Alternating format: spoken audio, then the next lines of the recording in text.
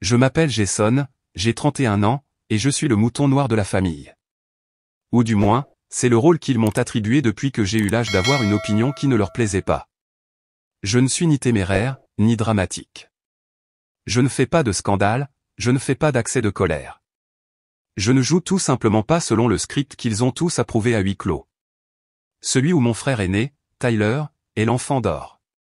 Ma mère est la matriarche qui souffre patiemment. Et moi, je suis la déception, celui qui est trop sensible ou qui ne comprend pas comment fonctionnent les familles. Je ne me montre plus beaucoup. Après des années à me taire face aux compliments ambigus et aux commérages murmurés, j'ai commencé à m'éloigner. Au début, ils ont fait semblant d'être offensés. Puis ils ont arrêté de faire semblant. Les événements familiaux allaient et venaient sans aucune invitation. Anniversaire, fête, même la fête de départ à la retraite de mon propre père. J'ai découvert tout cela après coup, à travers des photos floues sur Facebook ou des conversations de groupe auxquelles je n'ai jamais participé. Je ne me suis pas plaint. J'ai appris à vivre avec le silence. J'ai construit ma propre vie en dehors d'eux. J'ai bâti une petite entreprise à partir de rien, une entreprise dont personne dans ma famille n'a jamais demandé des nouvelles. J'ai eu des relations amoureuses en privé, j'ai gardé mes victoires pour moi, et j'ai avalé l'amertume qui tentait de monter chaque fois que je voyais mon nom de famille dans une légende qui ne m'incluait pas. Alors, quand j'ai reçu un SMS de Tyler disant « Dîner de fiançailles ce vendredi. Tu peux venir si tu veux », j'ai fixé mon téléphone pendant une bonne dizaine de minutes. Pas de « nous serions ravis de te voir » ou même une invitation formelle. Juste ça, une phrase en passant, comme s'il me rendait service.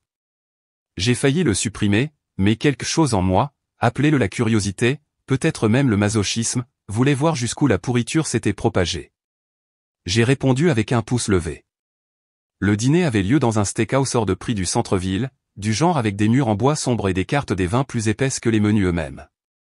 Je suis arrivé pile à l'heure, bien habillé dans un blazer bleu marine et un pantalon.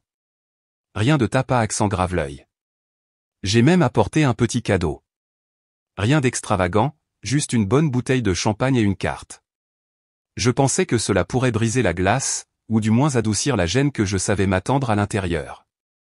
L'hôtesse m'a conduit dans une salle privée à l'arrière. J'ai entendu les rires avant de les voir. Le rire aigu et ostentatoire de ma mère, le caquettement rauque de mon oncle, le gloussement poli d'inconnus essayant de s'intégrer. Quand je suis entré, le bruit a diminué juste un peu, juste assez pour que je le ressente.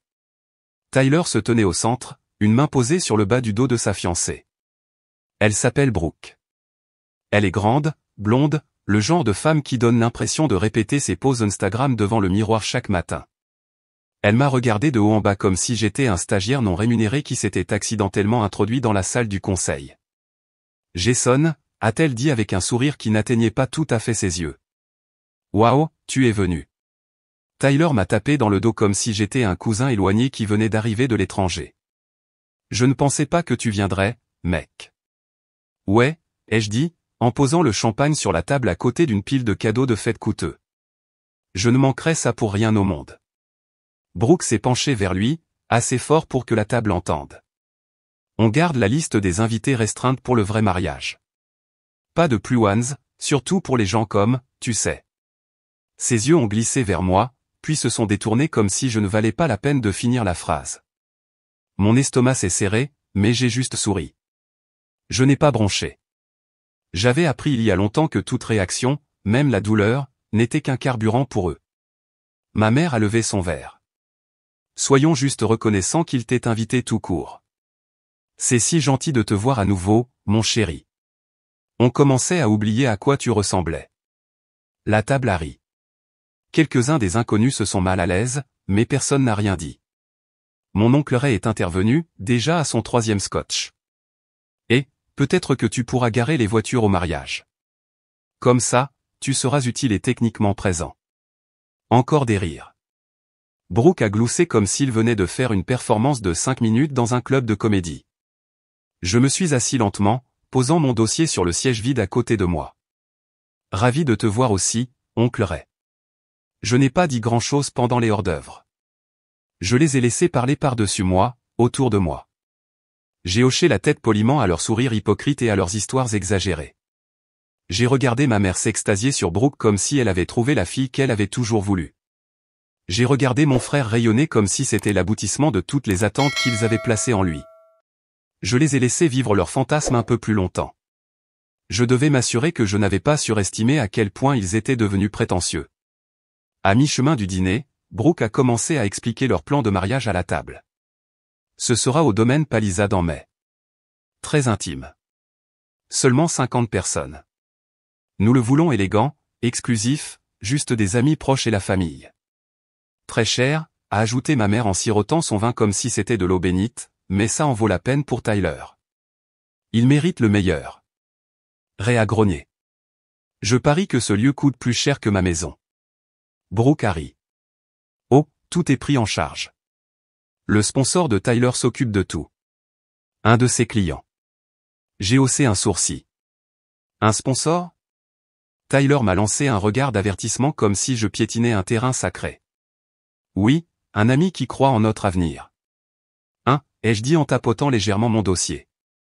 Brooke l'a regardé, puis s'est tourné vers moi. Qu'est-ce que c'est? Rien d'important, ai-je dit. Juste quelques paperasses ennuyeuses, vous savez, des trucs de sponsor. Il y a eu un léger soupçon de confusion dans ses yeux, mais elle a haussé les épaules. Au moment du dessert, les blagues devenaient plus méchantes. Quelqu'un a fait une blague sur ma vieille voiture. Quelqu'un d'autre a rappelé le moment où j'ai abandonné mes études supérieures après que papa ait refusé de se porter garant du prêt. Brooke a ri un peu trop fort quand quelqu'un a demandé si je travaillais toujours dans cette petite entreprise. Tyler ne m'a pas défendu une seule fois. Ma mère faisait comme si elle n'entendait rien de méchant, même quand c'était elle qui le disait. J'ai attendu que les rires atteignent leur apogée, jusqu'à ce que leur confort soit si épais qu'on puisse le goûter. Puis j'ai ouvert le dossier. Cool, ai-je dit, sans hausser la voix, juste assez fort pour percer le bruit. Alors je vais prévenir le lieu que vous n'avez plus besoin de mon parrainage. Les rires ont cessé instantanément. J'ai ouvert le dossier et l'ai posé sur la table. À l'intérieur se trouvait une lettre d'accord signée, un reçu d'un acompte de 12 500 $ versé en mon nom, et un plan de paiement programmé pour le solde restant du domaine Palisade. Le logo de mon entreprise était en haut de la page. Je suis sûr qu'ils comprendront, ai-je ajouté avec nonchalance. Les frais d'annulation, c'est quoi, genre 40%? Ça ne devrait pas poser de problème pour vous. Je veux dire, vous avez tout pris en charge, n'est-ce pas? Mon frère a regardé les papiers comme s'ils étaient dans une langue étrangère. Le visage de Brooke était devenu pâle. La mâchoire de ma mère s'est serrée comme elle le fait toujours quand le contrôle lui échappe. Qu'est-ce que c'est? A demandé Brooke, la voix tendue. Cet ami qui a parrainé le lieu, ai-je dit en me penchant en arrière. C'était moi. Je ne voulais pas en faire toute une affaire. Je pensais que ce serait bien de soutenir la famille. Personne n'a parlé. J'ai pensé que puisque je n'amenais pas de plus un, ai-je ajouté avec un sourire, je pourrais au moins apporter quelque chose à la table. Tyler a finalement trouvé sa voix. Tu as dit que tu ne voulais pas être impliqué. J'ai dit que je n'étais pas sûr d'être invité, mais vous avez été si généreux de me laisser venir ce soir, j'ai fait une pause. Et maintenant que j'ai vu à quel point je suis vraiment le bienvenu, je pense qu'il vaut mieux que je me retire de tout ça. Et puis je me suis levé lentement, délibérément, tandis que la tension montait dans la pièce comme une marée prête à s'écraser. C'est à ce moment-là que Brooke a attrapé les papiers. C'est à ce moment-là que ma mère s'est levée aussi, les yeux brillants. Et c'est à ce moment-là que Tyler a dit quelque chose qui a tout changé. Tyler a frappé la table avec sa main, assez fort pour que les verres à vin tintent et que quelques personnes sursautent. Jason, ne fais pas de drame, a-t-il lancé. Tu vas vraiment faire ça pour une blague? Je l'ai regardé, réellement curieux. Une blague? Tu penses que c'était ça, ce soir? Brooke a jeté le dossier sur la table comme s'il était sale. Tu vas sérieusement saboter notre mariage juste parce que tu es amère de ne pas faire partie du cercle intime? J'ai incliné la tête. Tu veux dire le cercle qui se moque de moi, m'insulte et me traite comme un chien errant? Quelqu'un s'est senti désolé pour ce cercle. Ma mère a finalement parlé, sa voix basse et tranchante. C'est exactement pour ça qu'on ne t'invite pas, Jason. Tu fais toujours tout sur toi-même. Ça m'a frappé. Pas parce que c'était vrai, mais parce que c'était tellement incroyablement prévisible. Le même scénario à chaque fois. Je n'étais pas censé réagir. J'étais censé encaisser le coup, sourire, et en vouloir plus. Quand je ne le faisais pas, J'étais le méchant. J'ai gardé ma voix calme. Vous m'avez invité ici pour être votre punching ball. Vous pensiez juste que je ne riposterais pas. Mon oncle a lâché un rire sec. Il se prend pour un grand ponte maintenant juste parce qu'il a versé un acompte. Brooke s'est penché en avant, le ton glacial. Tu veux une carte de remerciement, Jason? C'est ça? Parce que si tu fais tout ça pour attirer l'attention, moi non. J'ai coupé. Crois-moi, Brooke. Je n'ai pas besoin de ton attention ni de ton approbation. Je me suis tourné vers Tyler. Mais toi, tu es mon frère. Tu ne m'as même pas dit que tu te mariais avant que tout le monde le sache. Et ensuite, tu m'invites à la dernière minute comme si j'étais une pensée après coup. L'expression de Tyler s'est adoucie une demi-seconde, puis s'est à nouveau durcie. Je ne pensais pas que ça t'intéresserait. Ça m'a blessé plus que prévu. Ouais, ai-je dit doucement. C'est ça le problème, n'est-ce pas? Il y a eu un silence pesant. Un des serveurs a jeté un coup d'œil dans la pièce, a senti la tension, et s'est rapidement retiré. Quelques-uns des autres invités, des gens que je ne connaissais même pas, semblaient vouloir fondre dans leur siège. Ils avaient profité du spectacle jusqu'à présent. Maintenant, ça devenait réel. Brooke a jeté un coup d'œil à ma mère, qui lui a donné un léger signe de tête, une sorte de signal tacite qui m'a fait comprendre qu'elles étaient sur la même longueur d'onde depuis des mois, peut-être plus. Brooke a croisé les bras. Très bien. Tu veux qu'on te supplie? Pas possible. Tu as fait passer ton message. Tu ne fais pas partie de cette famille. Tu ne l'as jamais été. Et Tyler n'a pas besoin de ton argent pour se marier. Bien, ai-je dit en me redressant. Parce qu'il ne l'aura pas. Ma mère a ricané. Tu crois vraiment qu'on ne peut pas trouver un autre lieu? Qu'on va annuler tout le mariage pour ça? Je ne pense pas que vous allez l'annuler, ai-je dit. Mais vous ne trouverez pas un endroit comme le Palisade avec moins de 4 mois de préavis. Pas en pleine saison des mariages. Et même si vous en trouvez un, vous repartirez de zéro. Nouveau prestataire, nouveau permis, nouveaux acomptes. Vous dépenserez 3 fois ce que j'ai mis juste pour essayer de compenser. Mon oncle a ouvert la bouche pour argumenter, puis l'a lentement refermée. Tyler avait l'air de vouloir se battre avec moi. Ses poings étaient serrés le long de son corps, sa mâchoire tendue. Mais il savait que j'avais raison. Je n'ai pas fait ça pour gâcher votre mariage, ai-je dit. Je l'ai fait parce que, pour une fois, je pensais pouvoir faire partie de quelque chose. Parce que je voulais croire que les choses avaient peut-être changé. Personne n'a dit un mot. Pas même Brooke, dont la posture parfaite commençait à craquer sous la pression. J'ai hoché la tête une fois lentement, puis j'ai ramassé le dossier sur la table et l'ai rangé dans mon sac. J'enverrai un avis d'annulation au lieu demain, ai-je dit en me retournant pour partir. Bonne chance pour trouver un remplaçant. Oh, et vous feriez mieux de prévenir vos prestataires. Beaucoup d'entre eux ont été réservés grâce à mes contacts. Ce fut la dernière chose que j'ai dite avant de sortir. Je n'ai pas regardé en arrière. Pas quand j'ai entendu mon oncle marmonner, que s'est-il passé? Pas quand Brooke a sifflé quelque chose sous sa respiration. Pas même quand j'ai saisi le faible son de ma mère qui appelait mon nom. Aigu et furieux, comme si j'avais volé quelque chose qui lui appartenait de droit. Dehors, l'air nocturne était frais, un contraste saisissant avec la tension étouffante que je venais d'échapper. Je suis resté sous l'auvent 1 minute, respirant profondément. Mes mains tremblaient, pas de nervosité, mais du poids d'années qui se mettait enfin en place. Je ne me sentais pas triomphant. Pas encore. Je me sentais libre, et un peu vide, comme si la partie de moi qui avait toujours espéré qu'il changerait avait finalement abandonné. J'ai éteint mon téléphone en marchant vers ma voiture. Je savais déjà qu'il y aurait des messages, peut-être même des messages vocaux, des excuses, des insultes, des tentatives de marchandage, peut-être les 3 dans le même message. Mais je n'étais pas prêt à les entendre. Pas encore. Parce qu'ils ne savaient pas que ce n'était pas le seul levier que j'avais. Ils pensaient que j'allais juste annuler le lieu et disparaître à nouveau. Mais j'en avais assez vu ce soir pour savoir qu'il était temps de faire plus que de simplement s'éloigner. Il était temps de m'assurer qu'ils se souviennent exactement de qui ils avaient sous-estimé. Je ne suis pas rentré directement chez moi. Au lieu de cela, je me suis garé dans un parking calme près du front de mer et je me suis assis, moteur éteint, fenêtres ouvertes, juste à écouter le clapotis de l'eau contre le quai. Il était tard, presque minuit, mais je ne me sentais pas fatigué. Je me sentais excité, comme si j'avais avalé un courant électrique. Mes doigts tambourinaient sur le volant tandis que mon esprit repassait en revue chaque instant de ce dîner. Chaque commentaire suffisant, chaque sourire faux, chaque fois que ma mère me regardait comme si j'étais quelque chose qu'elle devait justifier. Je n'avais pas prévu de couper le cordon ce soir. Ce dossier dans mon sac était une menace silencieuse, une dernière extrémité, juste au cas où les choses tourneraient mal. Mais j'aurais dû savoir. Au fond de moi, je m'y attendais. J'avais pratiquement écrit leurs répliques dans ma tête. Pourtant, les entendre les dire à voix haute, la petite pique de Brooke sur les gens comme toi, ma mère levant son verre comme si j'étais une sorte de cas caritatif qu'ils avaient décidé de tolérer pour une soirée. C'était pire que ce que j'avais imaginé. Pas parce que c'était nouveau, mais parce que ça ne l'était pas. C'était le même scénario, les mêmes rôles, les mêmes applaudissements, sauf que maintenant, j'avais fini de jouer le mien.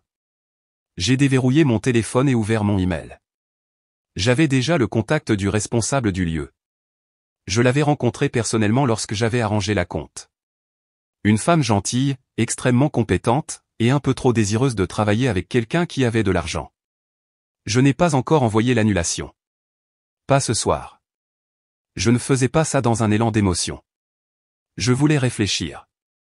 Au lieu de cela, j'ai ouvert un autre dossier, que j'avais étiqueté contingence 6 semaines auparavant, juste après que Tyler m'ait envoyé ce texte tiède m'invitant au dîner de fiançailles.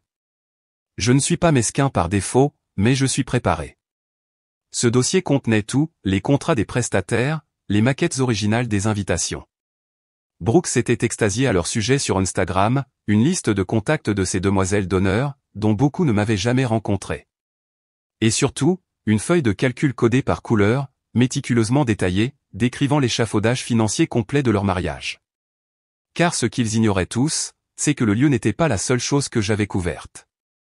Brooke était allée faire du shopping avec ma mère en janvier. Elle en avait parlé, présentant fièrement sa robe de rêve sur un mannequin dans une boutique du centre-ville. Cette robe faisait partie d'un forfait que j'avais discrètement financé sous le nom d'un associé commercial. C'était assez facile. Je connaissais quelqu'un qui me devait une faveur, quelqu'un qui dirigeait un groupe de financement de mariés privés. La robe de Brooke était payée. Ses retouches, son voile et ses accessoires étaient également couverts, mais pas sous son nom. Idem pour la compte de la restauration, gérée par le biais d'un compte société lié à mon cabinet de conseil. Le fil qui tenait leur mariage ensemble. C'était moi. Invisible mais partout. Parce que je connaissais ma famille, et je savais qu'ils me souriraient tout en aiguisant leur couteau dans mon dos. Je n'allais rien détruire par dépit. Je n'allais pas gâcher leur journée juste pour les regarder souffrir, mais j'allais reprendre le contrôle. Je me suis adossé sur mon siège et j'ai regardé les étoiles au-dessus de l'eau.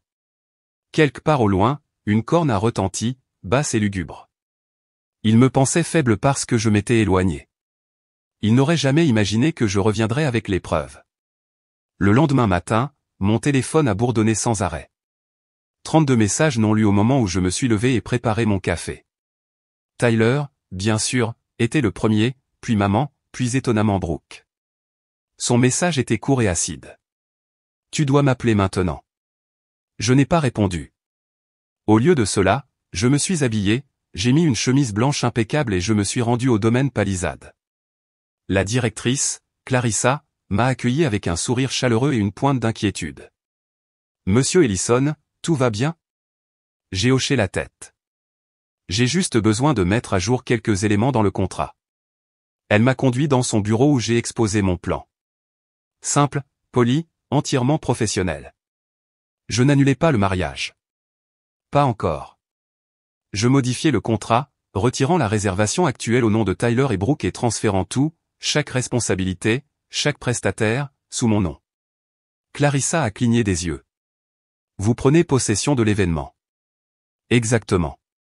Et la liste des invités. Nous la mettrons à jour aussi bientôt.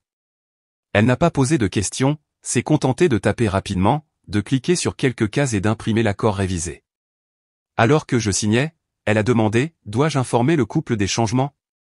Je l'ai regardé dans les yeux et j'ai dit calmement, non, je m'en occupe moi-même. Je suis sorti du domaine avec le soleil brillant sur mon dos, le vent vif et frais. Cet après-midi-là, je me suis assis à mon ordinateur et j'ai commencé à rédiger les invitations, pas celles qu'ils avaient prévues.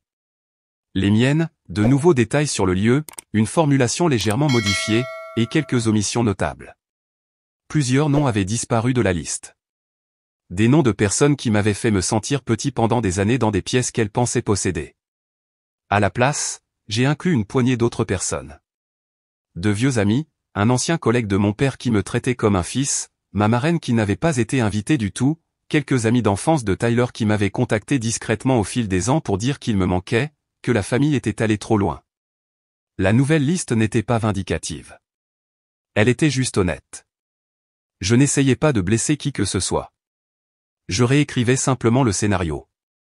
Et ils ne le savaient pas encore, mais la scène d'ouverture de leur mariage allait être très, très différente, surtout quand ils découvriraient qui allait accompagner Brooke à l'hôtel.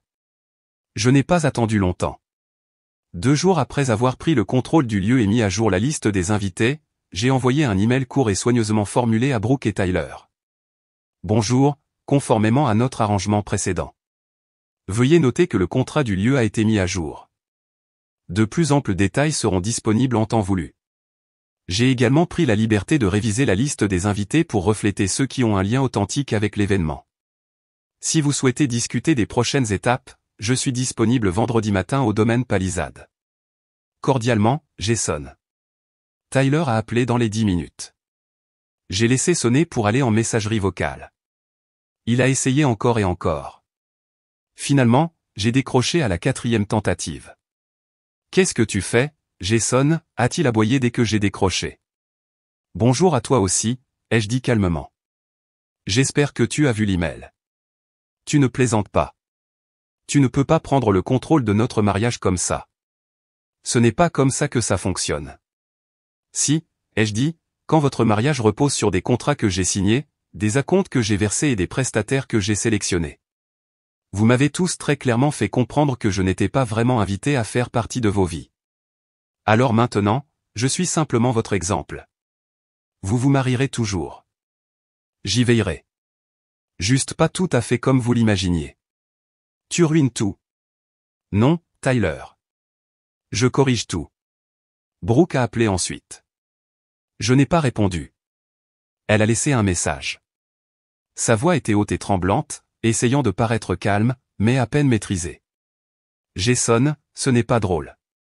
C'est notre mariage. Tu ne peux pas contrôler ça. Tu fais juste ça pour te venger. Grandis. Je n'ai pas répondu. Je n'avais pas besoin de le faire. Tout était déjà en mouvement. Le vendredi matin, je suis arrivé au domaine Palisade en avance. Clarissa avait tout préparé. Contrat révisé, liste de prestataires mise à jour, et un nouveau calendrier de livrables. Elle avait également consulté le plan des tâches finalisé, que j'ai légèrement modifié, déplaçant la table d'honneur, ajustant les sièges réservés, et m'assurant que quelques noms soient complètement retirés. Puis j'ai attendu. Tyler et Brooke sont entrés avec 15 minutes de retard, traversant les portes d'entrée avec des froncements de sourcils assortis et une confiance forcée. Jason, a dit Brooke en croisant les bras. Ça s'arrête maintenant. Tyler a regardé autour de lui. Où est la directrice? Nous voulons lui parler. Elle est occupée, ai-je dit. Avec moi. Asseyez-vous. Ils ne l'ont pas fait. Ils sont restés debout, imposant comme s'ils s'apprêtaient à sermonner un employé indocile. Très bien, ai-je dit en ouvrant un dossier. Voici comment cela va se passer. Vous vous mariez ici comme prévu. La date reste la même. La plupart des prestataires restent. La cérémonie sera magnifique, intime, classe, mais pas ostentatoire.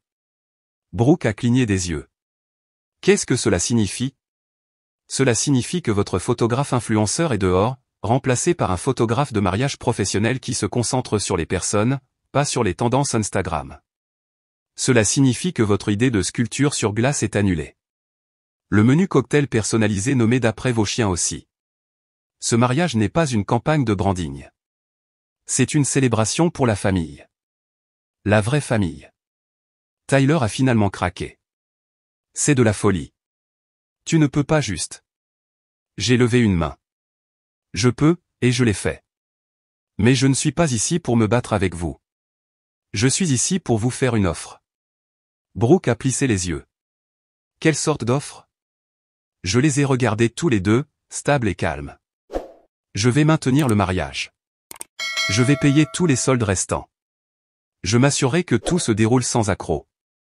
Vous aurez votre moment. Mais il y a des conditions. Tyler a reniflé. Bien sûr qu'il y en a. 1. Vous reconnaîtrez publiquement pendant la réception les personnes qui ont rendu ce mariage possible. Pas seulement moi, mais les autres que vous avez commodément laissés de côté. Le partenaire de papa qui s'est porté garant de votre prêt commercial. Tante Suzanne qui a payé votre loyer pendant 6 mois. Les gens que vous avez oubliés quand il était temps de rendre grâce. Brooke a ouvert la bouche. Mais j'ai continué. Ma liste d'invités reste. J'ai invité des gens qui comptaient pour notre famille. Des gens que vous avez exclus parce qu'ils ne correspondaient pas à votre esthétique. Tu veux dire comme ta marraine bizarre avec les oiseaux, a dit Brooke.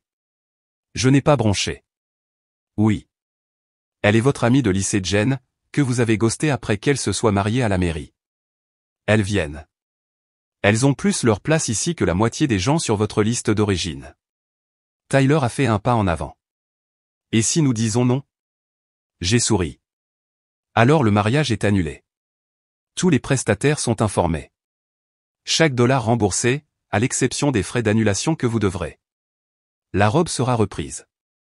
La restauration disparaîtra. Et bonne chance pour trouver un autre lieu si tard dans la saison. Vous dépenserez le double de ce que j'ai dépensé et vous finirez quand même avec une garden party dans le jardin de quelqu'un. Ils m'ont regardé longtemps. Puis Brooke a sifflé. C'est du chantage. Non, ai-je dit. C'est un choix. Tyler fut le premier à céder. Il avait l'air fatigué. Vraiment fatigué. Comme si le poids de tout s'était enfin abattu sur lui. D'accord, a-t-il marmonné. Eh bien, fais-le. Brooke l'a regardé fixement. Tyler, il s'est tourné vers elle. Nous n'avons pas le choix. Elle avait l'air de vouloir hurler, mais elle a avalé. Elle ne voulait pas être embarrassée. Pas maintenant. Pas encore. Bien, ai-je dit en me levant. Nous finaliserons le programme la semaine prochaine. Le jour du mariage fut parfait. Un soleil chaud filtrait à travers les arbres, et le domaine palissade ressemblait à quelque chose sorti d'un film. Les invités sont arrivés à l'heure. La cérémonie s'est déroulée sans accroc. La nourriture était excellente. Les gens souriaient, riaient, prenaient des photos sous des lumières scintillantes. Et la liste des invités? Oh, elle était glorieuse. Ma marraine m'a serré dans ses bras, les larmes aux yeux. Jen est arrivée avec son mari, que Tyler a maladroitement prétendu se souvenir. Un professeur à la retraite de notre enfance, qui m'avait autrefois aidé pendant une période difficile, était assis au premier rang. J'ai regardé Brooke essayer de sourire à travers tout ça, visiblement confuse par la moitié des gens dans la pièce et trop fière pour l'admettre. Mais le vrai moment est venu pendant les discours de réception. Tyler s'est levé, coupe de champagne à la main, et s'est éclairci la gorge. Je voudrais remercier tout le monde d'être venu, a-t-il commencé, la voix tendue. Et je voudrais remercier ma femme, Brooke, de rendre cette journée si spéciale. Mais avant de trinquer, il y a quelqu'un d'autre que je dois reconnaître. Il s'est tourné vers moi. J'ai fait des erreurs. Nous en avons tous les deux fait. Et ce mariage, cette journée n'aurait pas eu lieu sans Jason. Pas seulement pour ce qu'il nous a donné, mais pour qui il est. Quelqu'un qui nous a soutenus même quand nous ne le méritions pas. Quelqu'un qui m'a rappelé ce que la famille est censée être. Il a levé son verre à Jason. Tout le monde a applaudi. Brooke a applaudi aussi. C'était raide, mais elle l'a fait. Et pour la première fois depuis des années, je me suis senti vu. Après le mariage, ma mère s'est approchée de moi. Elle n'a pas dit grand-chose, juste, tu n'avais pas à faire tout ça. Je l'ai regardée dans les yeux. Mais je l'ai fait, parce que j'ai enfin réalisé quelque chose, maman. Qu'est-ce que c'est? Je n'ai pas besoin de votre approbation ni de votre invitation. Je sais qui je suis maintenant, et j'ai fini de mendier pour faire partie d'une famille qui ne veut de moi que quand je suis utile. Elle a cligné des yeux. Tu nous coupes? J'ai secoué la tête. Non, je me retire simplement du rôle que tu as écrit pour moi. Puis je me suis éloigné. Des semaines ont passé. Tyler m'a envoyé une carte de remerciement. Elle était courte mais manuscrite. Brooke a posté sur le mariage en ligne. Filtrée et polie, bien sûr. Mais dans les légendes, elle m'a tagué. Elle m'a même suivi. Je ne l'ai pas suivi en retour. Et mon entreprise, elle a explosé.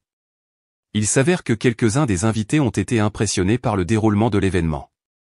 J'ai décroché 2 nouveaux clients avant même que le dessert ne soit débarrassé. Mais plus que cela, je me suis enfin senti libre. Pas de la manière dramatique du tout brûlé, mais de la manière calme et puissante de savoir que je ne jouais plus un rôle dans l'histoire de quelqu'un d'autre. J'avais écrit mon propre chapitre, et cette fois, il n'avait pas d'autre choix que de le lire.